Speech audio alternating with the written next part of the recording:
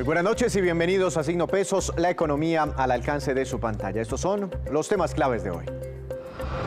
Las bases de la nueva reforma tributaria. El nuevo ministro de Hacienda, José Manuel Restrepo, reveló que la reforma que él concertará deberá dejar al menos 14 billones de pesos. Explicó cuáles serán los temas que no se tocan y aquellos hacia donde sí apuntan las modificaciones.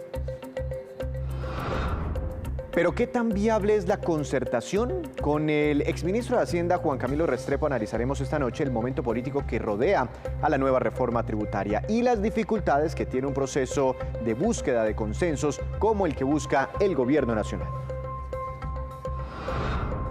La pandemia golpeó la venta de condones. Las dificultades financieras de los hogares y la reducción en el apetito sexual afectaron este mercado en Colombia y también en el mundo. Los detalles en la movida empresarial hoy con Juan Fernández.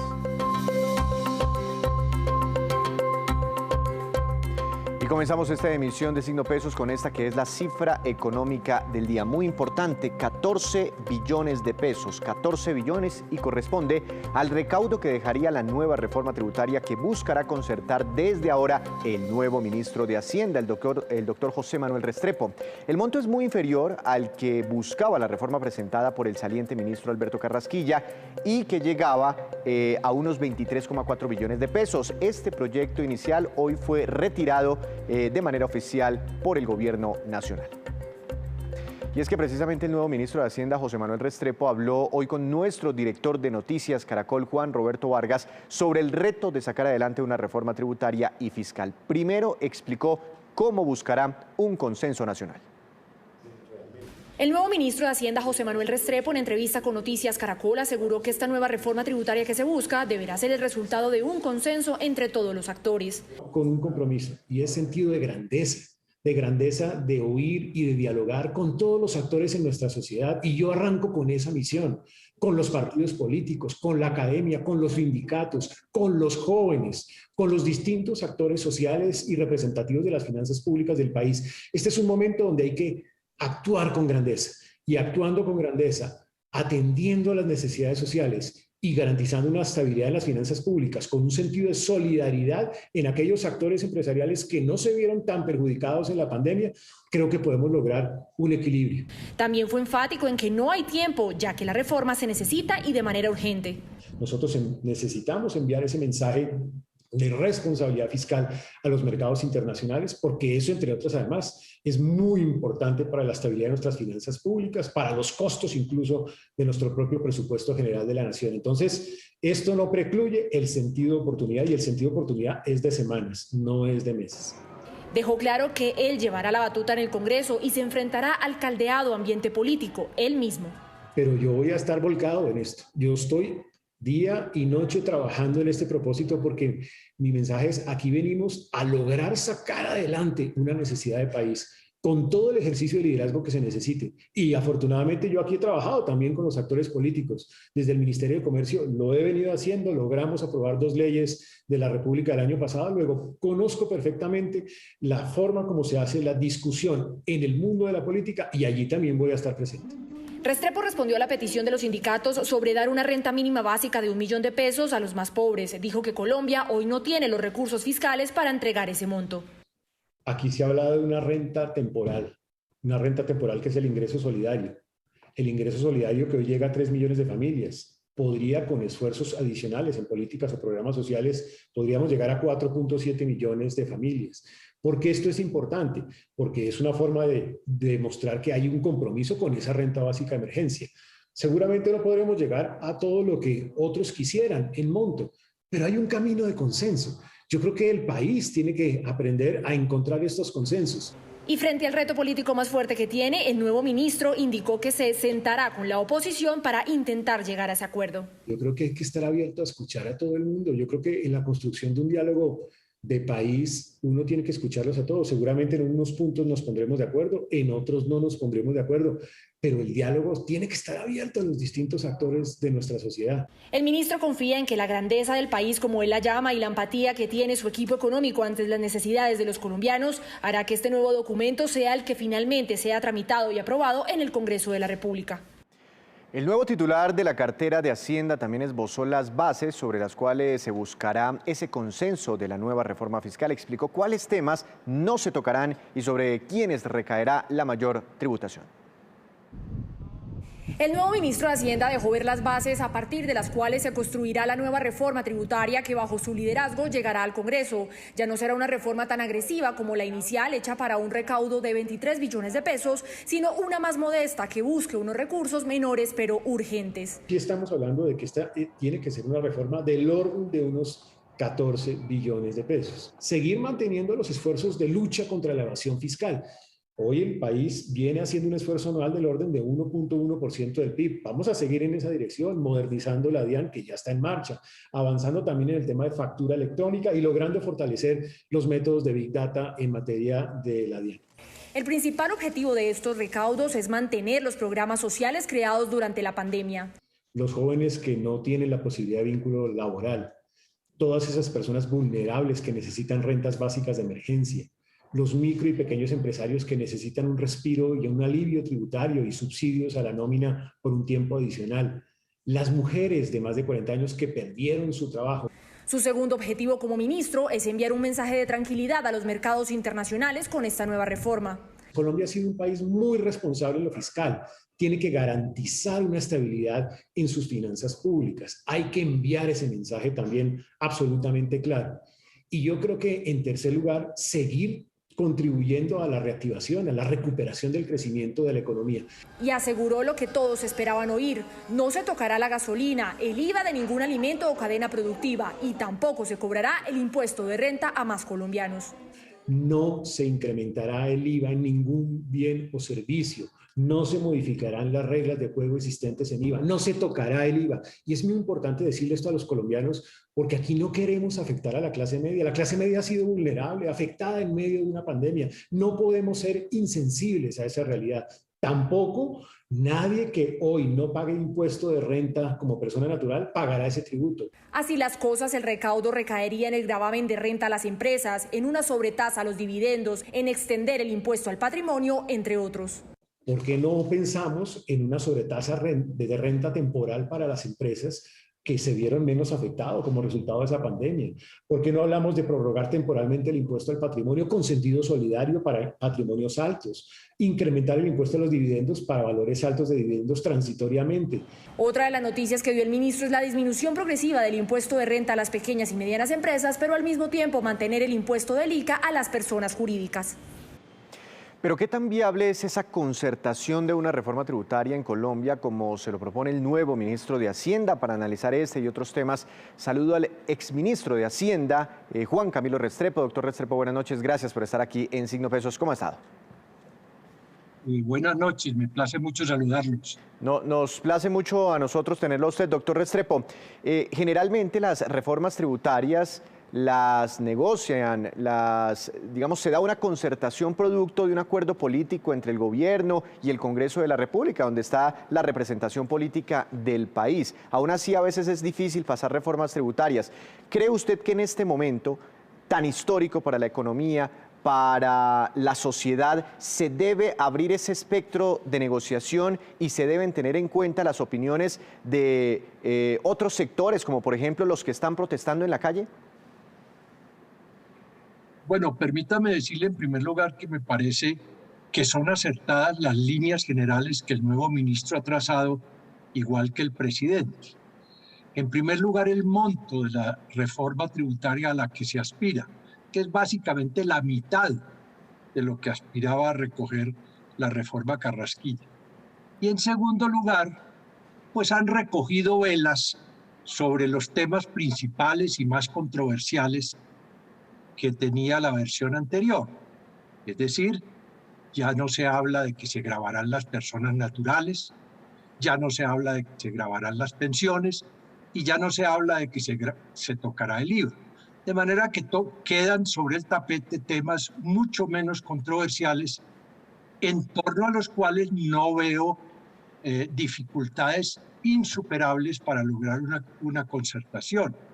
Sin embargo, sí quiero agregar lo siguiente. Me parece que hay que ser cautelosos con este tipo de anuncios de que se va a concertar con todo el mundo.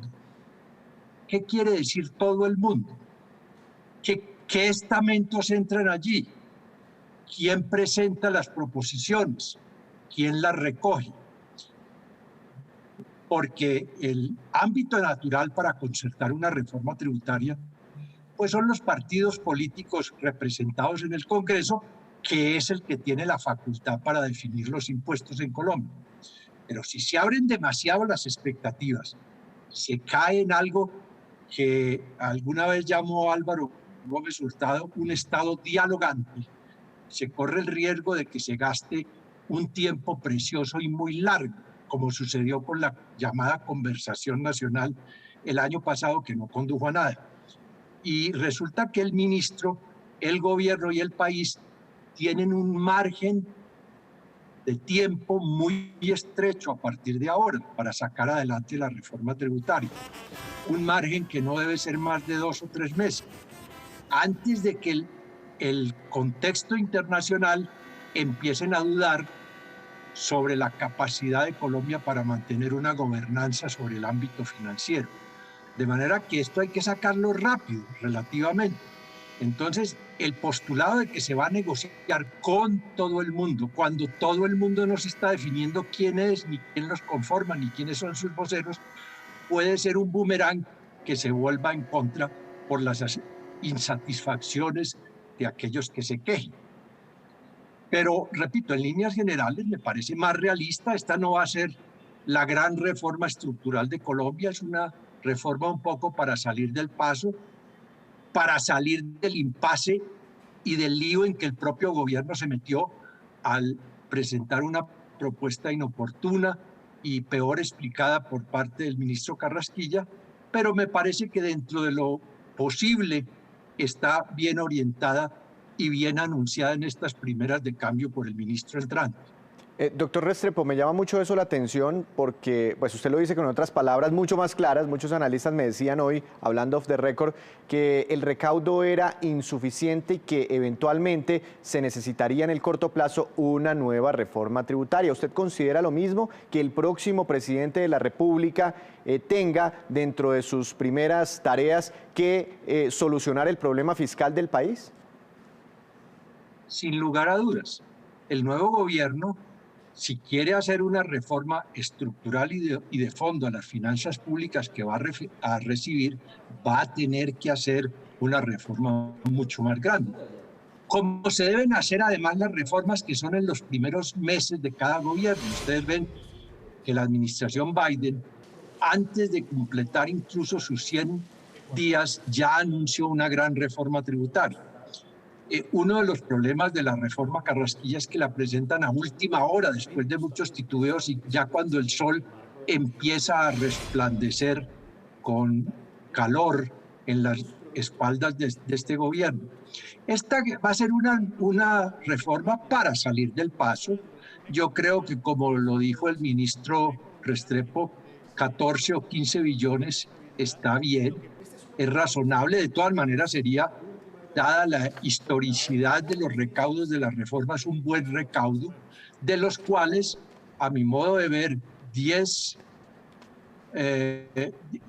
billones deben ir al saneamiento fiscal, es decir, para poder seguir gastando sin endeudarnos más, y unos 5 billones a los nuevos gastos sociales que han sido bosquejados para hacer frente a esta inmensa emergencia social que está saliendo en el país, de la cual ha dado cuenta el DANE en sus últimos reportes en materia de pobreza, de indigencia, etc. Es una reforma para salir del paso, pero la reforma grande, estructural, ya no se hizo en este gobierno, la tendrá que hacer el que viene. Entonces lo que dice usted es que queda pendiente una reforma más estructural y sería necesaria cuando arranque el próximo periodo presidencial. Doctor Restrepo, permítame unos segundos, voy a hacer una pausa comercial, pero ya regreso enseguida con usted. Hacemos entonces nuestra primera pausa aquí en Signo Pesos, pero cuando regresemos también espere cómo han cambiado las prioridades de pago de obligaciones bancarias que tienen hoy los colombianos. En segundos regresamos con el doctor Restrepo. Seguimos dialogando con el exministro de Hacienda, Juan Camilo Restrepo. Doctor Restrepo, da la impresión de que al final el gobierno se está quedando con la propuesta que desde hace unas semanas estaba haciendo el sector empresarial, particularmente la ANDI, donde ellos asumen prácticamente el grueso del recaudo. Va a hacer algo parecido con algunos aditamientos o mejoras que el Congreso le haga. Pero el gran cambio es que frente a la reforma Carrasquilla, que además de ir por 30 billones de pesos, esta no va sino por 15, esta de ahora va a buscar esos 15 billones en las rentas de las corporaciones, de las empresas con ganancias, y no de la clase media ni de las personas naturales, porque comprendieron por la violenta reacción pública que se presentó que una reforma que les descargara el peso sobre los agobiados hombros de las personas naturales en Colombia no tiene el menor de las posibilidades de salir airosa en estos momentos. Doctor Restrepo, en Hacienda, en el Ministerio de Hacienda, pues tienen unos cuadros bastante interesantes donde de un lado dicen estas son las fuentes y de otro lado dicen estos son los usos. En las fuentes pues está la posibilidad del recaudo esperado, en fin, las cifras, y en los usos cómo se va a gastar esa plata. Si se reducen las fuentes, es decir, bajamos de 24 billones a 14 billones de pesos, seguramente pues también se reducirán los usos, es decir, la ejecución de recursos. ¿Cree usted que se van a hacer más pequeños ante este tijeretazo que tendrá la reforma tributaria si es aprobada? ¿Se van a recortar, se van a hacer más pequeños los programas sociales? Lo que va a suceder probablemente es que la senda de reducción del endeudamiento público que estaba prevista en la reforma Carrasquilla va a ser una senda que se va a prolongar más en el tiempo. Vamos a tener que seguir durante un tiempo, aún recaudando ahora 15 billones de pesos, endeudándonos un poco, no desaforadamente, pero sí endeudándonos, y con eso vamos a financiar el gasto público que está en marcha, más los nuevos compromisos que vienen. Pero la reducción del déficit será más gradual con esta reforma más tenue y más cautelosa que ahora se está esbozando. ¿Pero los programas sociales no quedarán muy como en veremos, como sin mucho presupuesto? Yo creo que no deberían quedar, porque entre otras cosas son los prioritarios ahora. Con esta emergencia social que está viviendo el país, esos son los prioritarios. Además, si uno se atiene a las cifras que alcanzó a indicar y a explicar el ministro Carrasquilla, el programa social de la emergencia no tiene tampoco un costo desaforadamente grande. Él habló de 4,5 billones de pesos. 4,5 billones de pesos se pueden financiar perfectamente. Pongo un ejemplo, bastaría eliminar la posibilidad de que las empresas deduzcan de sus declaraciones de renta lo pagado en el ICA a las municipalidades para que con eso se pueda financiar este nuevo paquete de inversión social. De manera que no debería ni por las cuentas ni por el deber ser disminuirse en esta emergencia esto que es lo prioritario, la inversión social. Doctor Restrepo, con todo y cambio de gabinete económico, con el anuncio de esta nueva reforma, buscando los consensos, una cifra más bajita, 14 billones de pesos, con todo y eso, el dólar hoy siguió subiendo, fue una de las monedas más, o digamos el peso colombiano fue una de las monedas quizá la más devaluada de la región de América Latina, producto de toda esa incertidumbre que hay alrededor de los problemas fiscales que tiene Colombia. Ese monto de 14 billones de pesos, ¿cree usted? Porque es que en un principio se decía que el ajuste, solo el ajuste fiscal, sin problemas, sin programas sociales, debería ser de unos 14 o 15 billones de pesos, que es lo que al final va a recaudar toda esta reforma tributaria. Esto ¿va a tranquilizar de alguna forma a los mercados? Muchos dicen, sí, es mejor algo que nada, pero lo que estamos viendo todavía con el dólar, ¿no le genera preocupaciones a usted? El ajuste será más gradual, más tenue, la reducción del déficit más discreta en el tiempo, eso es ineludible. Pero lo que el mercado internacional quiere ver de Colombia es que realmente no ha perdido la gobernanza financiera. Porque si llegan a la percepción de que ha perdido la gobernanza financiera, que significaría la no aprobación o el archivo aún de esta nueva versión de la reforma tributaria, entonces ahí sí nos castigarían con todo rigor.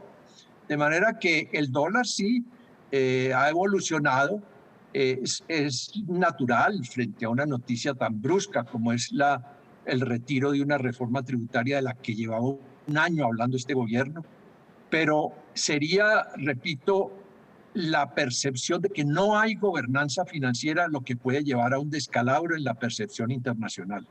Ese sí muy grave. Pues doctor Restrepo, muchas gracias por estos minutos para Signo Pesos, que tenga una feliz noche. Bueno, que estén muy bien.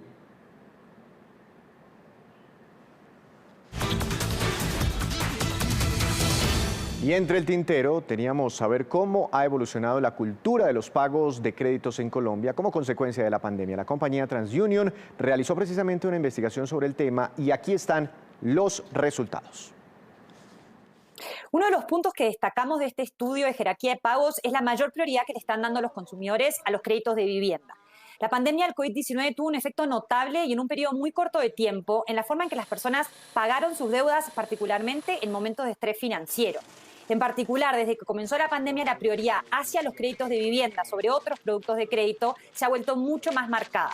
Por ejemplo, si comparamos las tasas de morosidad de 30 días o más a los 12 meses de tarjeta y vivienda, observamos que la de la tarjeta pasó de ser 4.8 veces mayor a la de vivienda en el tercer trimestre de 2019 a ser 8 veces mayor en el tercer trimestre de 2020. Este cambio en la preferencia de los consumidores hacia una mayor prioridad en los pagos de los créditos de vivienda podría atribuirse a muchos factores, uno de ellos siendo el crecimiento en el valor de la vivienda en los últimos años, lo que llevó a que los consumidores quieran proteger más ese valor acumulado, pero también a las percepciones que tienen los consumidores sobre las consecuencias de no pagar, como puede ser, por ejemplo, un impacto negativo en el puntaje de crédito o el riesgo de perder el vehículo o la vivienda en el caso de esos productos.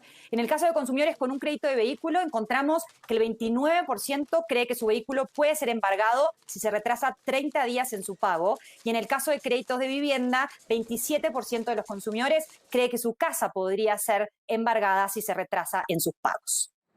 Hacemos otra breve pausa, pero ya les contaremos cuántos usuarios de la telefonía celular se han cambiado de un operador a otro aquí en nuestro país. Ya regresamos. Se recupera Ecopetrol. La compañía reveló que en el primer trimestre de este año obtuvo ganancias por 3,1 billones de pesos, superando las expectativas de los mercados, es decir, casi el doble de todas las utilidades logradas en el año 2020. En un trimestre duplicó las ganancias de todo un año. Además, los ingresos por ventas de sus productos subieron 14,2%, se perforaron 5 pozos exploratorios durante el trimestre, la extracción de gas natural aumentó 12% y la carga de las refinerías fue de 360.000 barriles por día, ubicándose ya en niveles previos a la pandemia. Por supuesto, la recuperación en la cotización del petróleo ha contribuido con esta mejoría en los resultados financieros de Ecopetrol. Y a propósito de empresas, es hora de saludar a Juan Fernández, que trae información clave del mundo de los negocios. Juan, buenas noches. Adelante. Víctor, buenas noches. Hoy le voy a hablar de la industria de los condones, uno de los más golpeados durante esta época de pandemia. En Estados Unidos las ventas están subiendo mientras que la gente se ha relajado con todas estas medidas de distanciamiento social, pero también debido a la seguridad que produce la vacunación. IRI, que es una firma de investigación de mercados, está publicando cifras que indican que la compra de preservativos en ese país en el último mes y medio ha crecido más de un 23% comparado con el mismo periodo del año pasado. Eso en dinero son cerca de 40 millones de dólares, pero aún así las ventas de condones llevan años cayendo. En 2017 esas mismas cifras de IRI indicaban bajas de 12,4% y de 3,4% en 2018. En 2020, producto del coronavirus, la disminución fue superior al 4,4%. Las bajas antes de la pandemia tienen una explicación y es la ventaja que han venido tomando otros métodos anticonceptivos como la píldora el día después, pero es el condón el método que realmente previene de manera más eficaz todo este tema de las enfermedades de transmisión sexual. Juan, los estudios dicen que las personas tienen menos actividad sexual que hace unos años, ¿y esto está impactando la venta de condones? Víctor, es que en el mundo se está viviendo una inactividad sexual en los adultos y no de ahora, desde el año 2000 viene cayendo, según un estudio también de la Universidad de Indiana, que ha encontrado que los jóvenes inclusive tienen menos relaciones sexuales entre ellos debido a factores como el auge de la tecnología y las redes sociales. Ahora, aterrizando el tema Colombia, lo siguiente, el país es un mercado de más de 300 millones de condones al año y el gasto per cápita ronda los 18.000 a 20.000 pesos. Es un mercado por las cifras no muy grande. El consumo por persona al año no llega a los 10 condones y si se compara con el número de relaciones sexuales de los colombianos, el mercado tiene potencial. Entre las parejas sexualmente estables, un hombre puede tener unos 105 encuentros sexuales al año y una mujer unos 85. En cuanto a las marcas, lidera Today, puede tener más del 40% del mercado, le sigue Durex con cerca del 20% y después múltiples marcas como Duo, por ejemplo, o también las marcas blancas que se reparten en las campañas de salud pública. Y esta pues es, Víctor, la movida de hoy sobre el mercado de los condones que empieza a levantar a medida que avanza la vacunación contra el COVID-19 y el distanciamiento social. Muy interesante, Juan. Lo esperamos mañana con más movidas empresariales. Ahora vamos con estos que son los indicadores económicos que usted siempre debe conocer antes de irse a dormir. Tasa representativa del mercado. Dólar siguió subiendo. Para mañana su precio de referencia será de 3.831 pesos con 35 centavos. Avanzó 14 pesos con 70 centavos. Marca el dólar un nuevo máximo del año. El petróleo de referencia Brent, buena noticia para los ingresos de nuestro país. Hoy escaló 2,80%, se ubicó en $69 con 45 centavos por barril. Se aproxima bastante a los $70. Otra buena noticia, precio interno del café colombiano subió y quedó en promedio a 1.340.000 pesos por carga. Regresa el café a máximos históricos. Índice Colcap de la Bolsa de Valores de Colombia subió 0,09%, acción más valorizada Avianca con ganancia de 2,48%, la acción que más cayó Fabricato del sector textil con un retroceso de 11,11%. Y el ICETEX abrió ya una convocatoria para todos los jóvenes que requieran financiar sus estudios de pregrado y también de posgrado para el segundo semestre de este año. El presidente de la entidad, Manuel Acevedo, nos cuenta todos los detalles. Veamos. Esta convocatoria acoge a los jóvenes que por primera vez desean iniciar sus estudios de educación superior a nivel técnico, tecnológico, universitario o a nivel de posgrado en el país o en el exterior, o a aquellos que ya están estudiando pero que requieren de este apoyo para poder culminar exitosamente su proceso de formación. En ICETEX tenemos toda la gama de servicios disponibles para que ustedes puedan escoger el que mejor se ajusta a sus necesidades. Y dadas las circunstancias de pandemia, tenemos vigente en el programa de auxilios COVID-19 la posibilidad de obtener un crédito educativo con los servicios del Fondo de Garantía Codeudor o inclusive sin la exigibilidad del deudor solidario. Esta convocatoria, que va hasta el 17 de septiembre de este año, está pensada en medio de todas estas transformaciones que está viviendo la entidad. Por eso encontrarán un servicio mucho más ágil, encontrarán un acompañamiento permanente desde la estrategia Modo On, en la cual, si tienen alguna dificultad en el formulario o tienen alguna dificultad en el proceso de solicitud y legalización del crédito, estaremos allí con ustedes, acompañándolos para que puedan tener el mejor desarrollo de su proceso de formación. Y antes de despedirnos, los dejo como siempre con datos muy interesantes. La Comisión Reguladora de Comunicaciones reveló estas cifras interesantes sobre la portabilidad numérica móvil en Colombia, que es ese proceso mediante el cual un usuario de telefonía celular se cambia de operador, pero conserva el mismo número telefónico, el mismo número de su línea.